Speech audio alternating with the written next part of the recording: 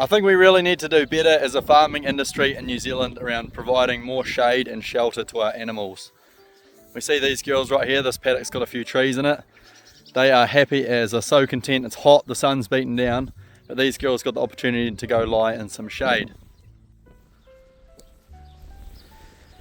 Now the kickback I suppose from this will be that, right, we're going to lose a bit of land because we're going to put some trees in there and they're going to suck up nutrients in the cows. You see, they have camped in here a little bit. This was when there was a wet weather event that we had last.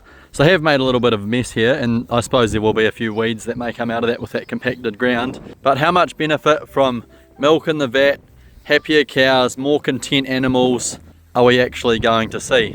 It's quite hard here in Canterbury because basically every farm's irrigated and we have centre pivots, right? So there are a certain height above the ground and you can't really plant any trees under them because the centre pivot has to go over it.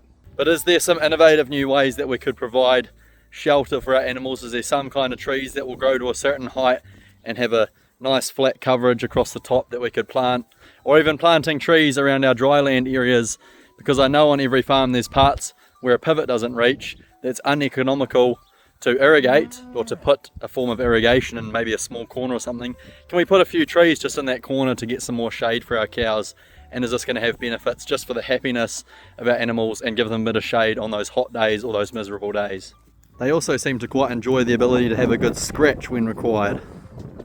Be interesting to see if someone such as Lincoln University were to do a study on if having more shelter from trees and stuff in the paddock, what effect that had on, number one, our productive land, any weed burden from this area, but also production of our cows, health of our cows, reproduction of our cows, and just general animal health and happiness, I suppose. That's a hard one to measure because animals obviously can't tell us what's going on.